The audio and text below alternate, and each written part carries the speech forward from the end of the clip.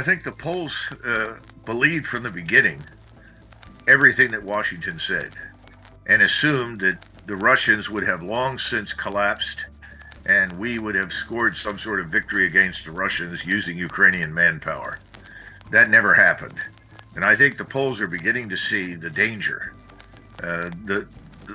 Initially, the opinion polls supported war with Russia. Now they're starting to turn. And I think there are members of the Polish government that are beginning to question the wisdom of intervening. But you still have a majority there in the government that does want to take on the Russians, would like to go in and occupy some of the territory, which, from their standpoint, they controlled for hundreds of years and lost as a result of the Second World War. Now, I don't know how serious that is, but I think that the danger of something like that occurring and involving us with our forces on the ground is huge. And I don't see any evidence that we, or for that matter, the Germans or the French or anybody in Europe, let alone the United States, is interested in going to war with Russia. I just don't see it. I haven't seen it in the polls. And I don't see Americans cheering on the movement of hundreds of thousands of U.S. troops to Eastern Europe to fight the Russians in Ukraine. I don't see it. So the question is, if there's really no support for that, what do we do? And I think the plan right now is to let this thing run. And now I'm beginning to see new distractions. Now we're starting to talk about the evil Chinese and the China threat. And now we even have Lindsey Graham saying we should attack Mexico. I mean, it strikes me as ludicrous nonsense. We started this war in Eastern Europe with the Russians. We don't want to end it. We're afraid to finish it in some way that'll make us look bad. And so now we're turning to other areas of the world where we want to create hostilities. It's insane. We can't afford any of it. Our economy is in terrible shape. And of course, Matt Gaetz, the congressman from Florida, is trying to push a bill, I think this week, to try to use the war powers to resolve the Syrian troops. I didn't even know we had troops still in Syria, but I guess, that's still going on over there. So is that something that could they go and scapegoat Syria to try to save face and punch on somebody else for a little bit?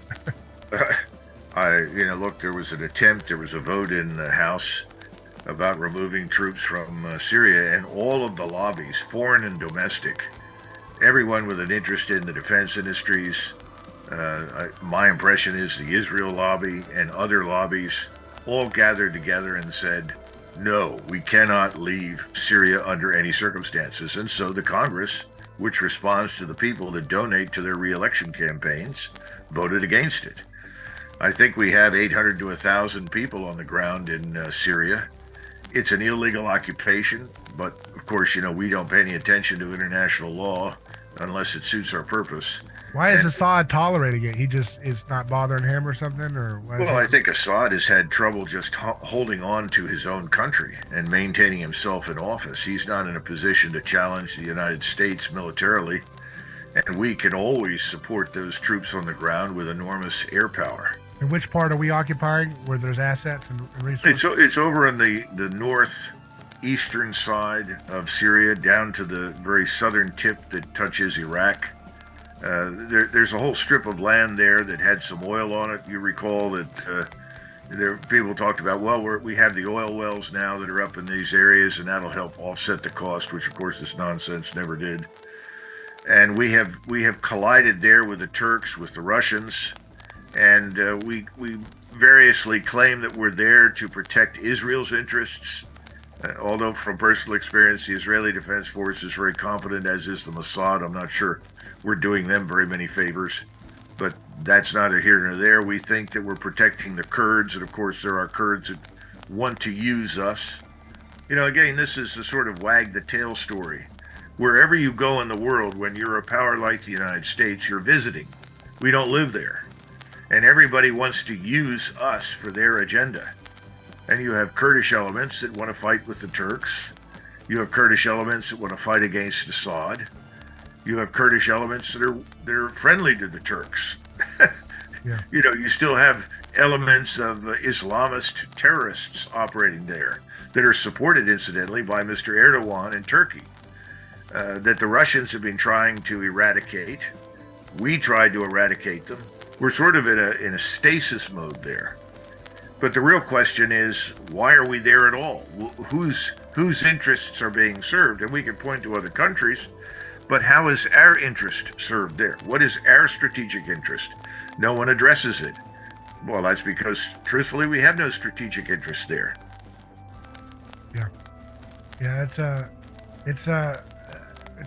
it's ridiculous, the whole thing.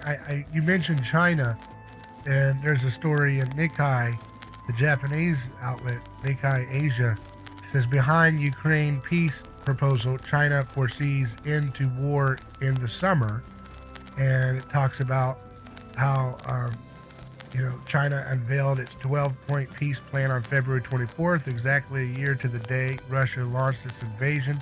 The proposal called for an early ceasefire and for both sides to restart negotiations towards a peaceful settlement. It says the plan itself is prosaic, but it gave the impression that China was suddenly playing an active role. The reason for China's sudden change can be traced back to a report issued 2 months earlier by a top think tank in Beijing.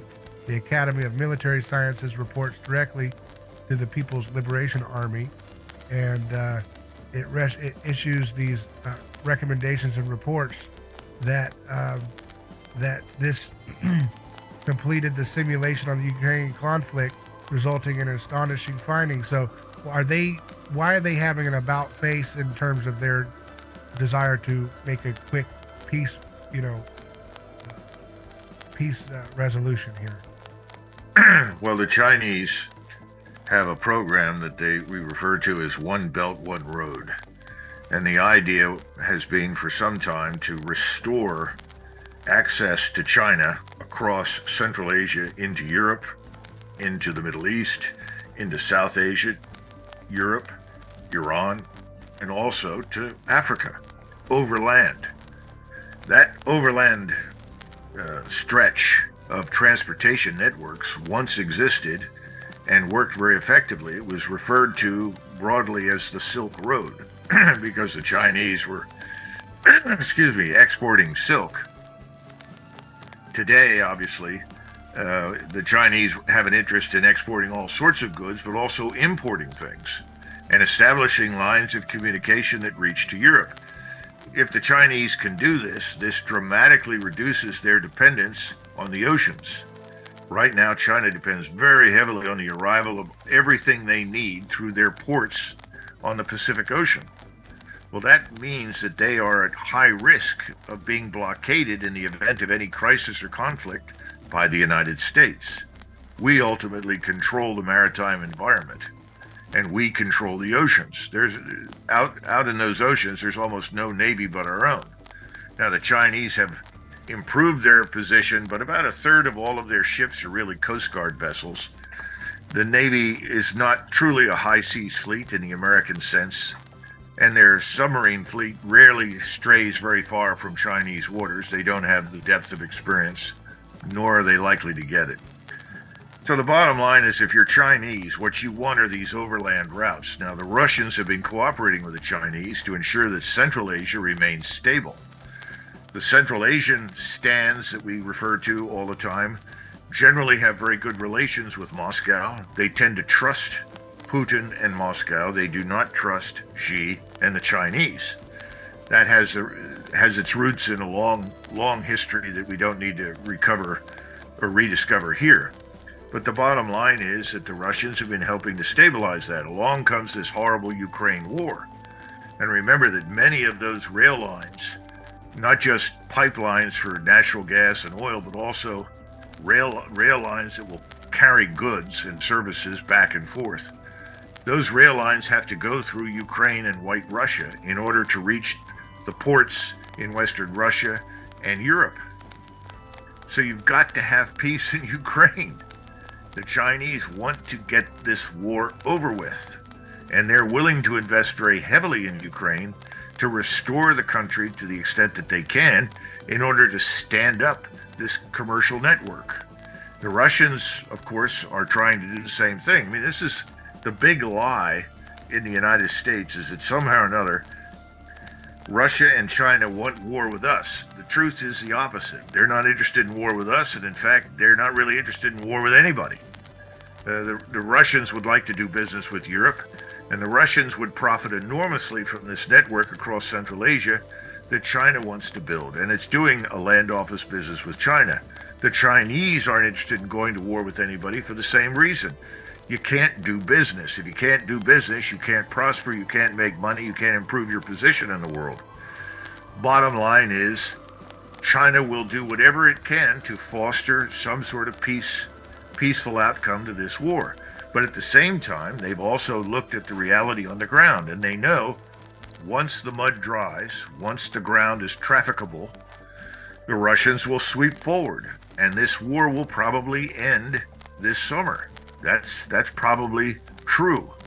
And, I don't know how it will end. I think the worst thing that could happen for us would be if the Russians swept all the way to the Polish border. But that may yet happen because of our unwillingness to negotiate with them on any circumstances. And we keep refusing to neutralize Ukraine, even though I think neutrality would ultimately turn out to be very profitable for Ukraine, specifically given what you and I just discussed, this massive commercial network, rail lines, transportation, movement of goods and services back and forth across the Eurasian continent. Remember, this is the land island. This is the biggest landmass in the world. And the entire Eastern Hemisphere is interested in seeing this come to fruition, this one belt, one road. They don't feel threatened by it. We, on the other hand, do. And we've been trying to do everything we can to block trade with China in Europe and block it elsewhere whenever we can. But it's not going to work very well. People are going to trade whether you like it or not.